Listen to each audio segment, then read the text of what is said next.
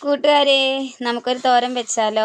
അതിനായിട്ട് 2-3 തണ്ട് മത്തയില, പിന്നെ പയറിൻ്റെ ഇലയും അതിൻ്റെ തണ്ടും കൂടെ, തളിരിലയാണേ.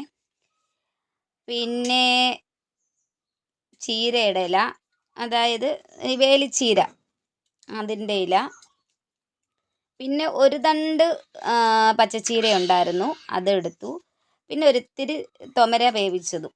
അത്രയാണ് നമ്മൾ തോരൻ വെക്കുന്നത്. അപ്പോൾ അതിനായിട്ട് ചട്ടി അടുപ്പത്ത് വെച്ചു. എണ്ണയൊഴിച്ച് ചൂടായ ശേഷം അതിലേക്ക് കടുക് ഇട്ടു. പിന്നെ ഒരു ചുവന്നുള്ളി അരിഞ്ഞിട്ടു, 2 വറ്റൽമുളകും ഇട്ടു.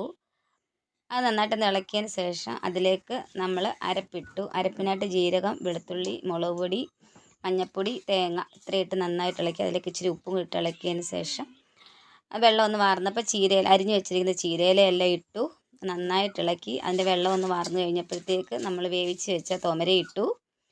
അത് ഇട്ട് നന്നായിട്ട് ഇളക്കി പൊത്തി അടച്ച് വെച്ച് ഒന്നുകൂടെ ഒന്ന് ചെറിയതായിട്ടൊന്ന് ആവിയിലൊന്ന് വേവാനായിട്ട്.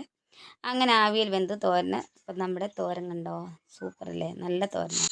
അപ്പോൾ എല്ലാ കൂട്ടുകാരും വായോ തോരൻ കഴിക്കാനായിട്ട്. ഞാനൊന്ന് കഴിച്ച് നോക്കട്ടെ. നല്ല തോരനാണ്, കൂട്ടുകാരും ഒന്ന് വെച്ച് നോക്കണം കേട്ടോ.